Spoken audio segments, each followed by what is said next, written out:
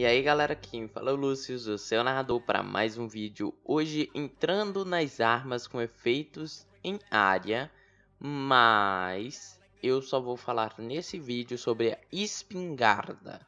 Então vai ser diversos vídeos com armas explosivas, granadas, minas e diversas outras armas de efeito em área, como gás, lança-chamas também. Mas já que eu quero fazer vídeos curtos, eu vou começar de uma em uma arma para ficar um vídeo mais centrado em cada uma delas.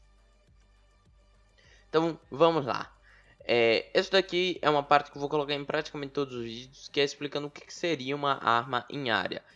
As armas que elas não cobrem exatamente só um alvo, elas cobrem uma área maior, que pode ser uma nuvem de balas, como vai ser o caso da espingarda, uma chama, um gás, uma explosão.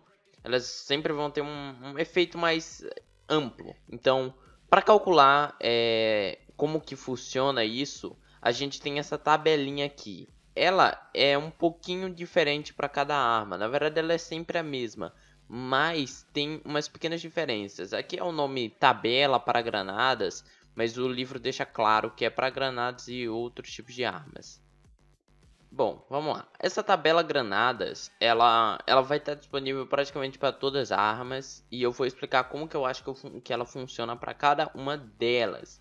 Mas é importante falar como um pouco assim do geral como ela funciona. Ela usa um sistema de jogada de 2 dados de 10, mas eu não entendi direito como que iria funcionar. Se o primeiro D10 determinaria é claro, você tem que errar para poder jogar esse D10, mas qual número entre esses que estão do lado do alvo acerta, e o segundo D10, quantos metros isso equivaleria. Mas eu acho que se fosse para trabalhar nessa questão de metros da distância, eu só precisaria desta parte, não desse pequeno tabuleiro que eles fizeram. Mas, ok, é um sistema antigo e com várias peculiaridades, porque todo mundo que já viu um pouco sobre Cyberpunk sabe que ele é difícil. Ele é muito bom, muito bem feito, mas ele é difícil de entender em alguns aspectos. Então, vamos passar logo para a espingarda aqui para explicar.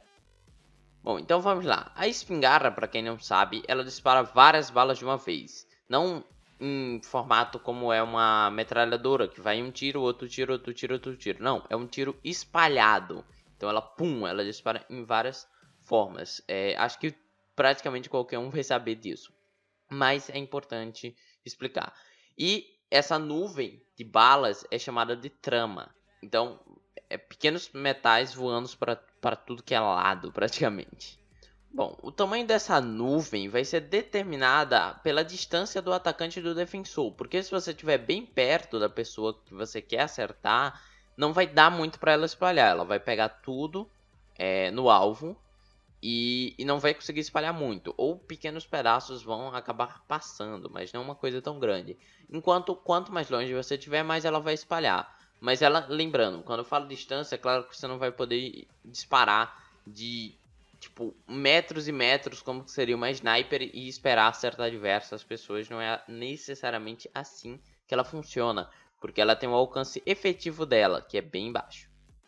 Então, por mais que você tenha já mirando em alguém, qualquer pessoa que bata nessa área, lembrando, não precisa estar exatamente na frente do alvo, ela pode estar do lado do alvo, pode acabar sendo afetada pelo ataque, dependendo de como é feito. Então, se você for um ataque mais longo e tem uma pessoa do lado, essa pessoa provavelmente vai sofrer o dano com a espingarda. Então, vamos lá para ver como que é essa questão.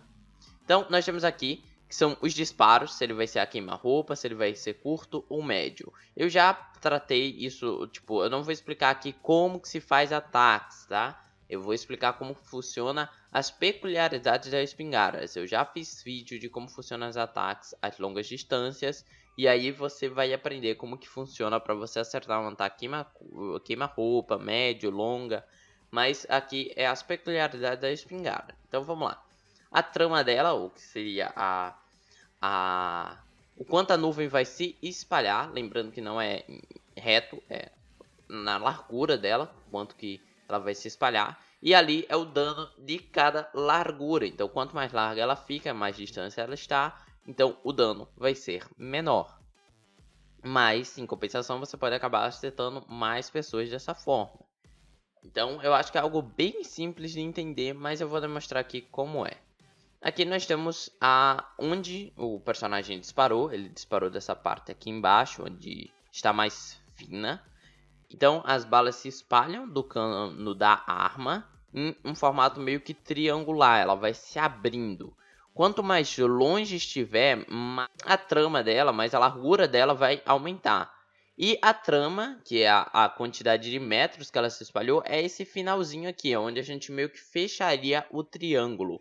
Então seria mais ou menos aqui, ó, essa parte aqui. Então, se um personagem está a longa distância, isso daqui vai ter 3 metros. Então, essa parte aqui vai ter 3 metros e essas partes aqui vão ser menores. Então, por exemplo, se tiver 2 personagens aqui, os 2 vão tomar dano. Se tiver um aqui no meio, ele vai tomar dano. Mas se tiver um aqui deste lado, ele não toma dano. Então, é importante perceber essa parte aqui. Lembrando que se tiver um personagem na frente do outro, o mestre deve considerar que os tiros não acertaram ele, porque acertou um alvo antes dele, ou seja, os pedaços de metal não chegaram a ultrapassar. Com a relação de errar um tiro de espingarda, aí eu acho que essa tabelinha realmente vai ter que entrar. Então, como que eu acho que funciona? Se, por exemplo, você acertou o seu alvo tá ali no meio. Vamos dar um exemplo que tem uma pessoa aqui no 10, tem uma pessoa aqui no número 10, tem uma pessoa no 2 e tem uma pessoa no 6. Quando o seu personagem acerta o alvo, ele vai fazer este ataque aqui. Lembrando que eu estou dando um exemplo aqui como se fosse uma trama que acertasse 3 metros. Eu vou pegar como se fosse essa trama aqui. Então, olha só, o 2 vai sofrer dano, o 6 vai sofrer dano. O 10 não vai sofrer dano, não porque não alcançou, porque isso aqui abriu, né? Mas a questão foi por causa que o alvo estava na frente dos ataques que poderiam ter pegado no 10. Então, essa é uma diferença bruta que devemos sempre lembrar de alguém estar na frente ou não. Mas vamos dar um exemplo aqui. Mesmo exemplo, tem um cara no 10, um cara no 2, um no 6 e o seu alvo, mas seu personagem errou. Ele jogou um D10 e caiu que ele vai acertar outro número, no caso o 4. Nessa daqui eu vou dando um exemplo onde a trama dela está em 1 metro. Então o que vai fazer? Ela não vai acertar o 2, porque ela veio aqui parar no 4. Então o alvo está aqui, ela disparou, mas deu uma errada e foi para esse lado. O 10 está safe, o alvo está safe, mas o 6, já que não tinha ninguém no 4, ele foi acertado com esse ataque. Então, o mestre pode seguir essa tabela, ele pode fazer de um jeito próprio, lembrando o RPG é assim, quando você... É bom que a gente sempre entenda a regra, mas quando ela é confusa ou até mesmo não é muito funcional, o mestre altera sem problema nenhum. Mas é assim que eu acho que eu entendi toda essa tabela. Caso alguém tenha entendido de forma diferente, coloca aí nos comentários. Se eu entender que ele foi um comentário bem direto assim, não, eu acho que foi desse jeito, e eu concordar com a opinião, não só concordar, né, eu acho que é isso mesmo, eu fixo o comentário aí embaixo. Então, vamos lá. Espingardas automáticas. Isso é uma diferença que é igual à anterior, mas ela tem uma capacidade de tiros, então é o número máximo que você vai disparar. Então, se sua espingarda automática tiver uma capacidade de 5, você pode até dar 5 tiros.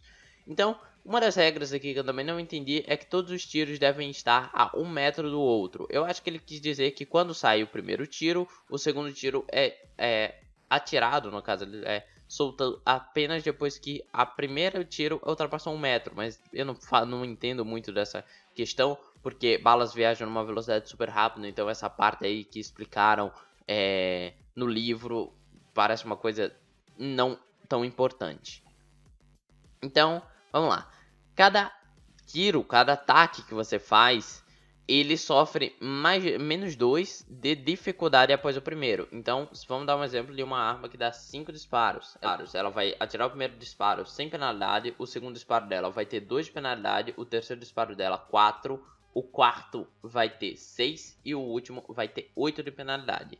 Então, algo a se pagar, né? Mas, tipo, a curta distância, essa arma é infernal. Então ela pode ser muito lamentável no alcance, ela pode ser muito volumosa, ela é lenta, mas em uma curta distância essa arma derruba muita gente. Vamos lá para os efeitos de penetração de armadura. Aqui é básico, não tem muito o que explicar. É falar que é assim que funciona. Vamos lá. Nós temos essas calibres aí, que são os nossos cartuchos de cada calibre. E quem já viu meus vídeos de penetração de armadura sabe o que esses dados aqui vão funcionar, como que eles vão ser utilizados. Mas praticamente aqui significa o quanto do tiro vai, no caso, tipo assim, você vai fazer esse disparo de dano e ver quanto que ele vai ultrapassar. E isso vai depender do tipo de armadura, porque se o tipo de armadura for rígida, vai ultrapassar tudo. Essas balas vão simplesmente capar a pessoa por completo.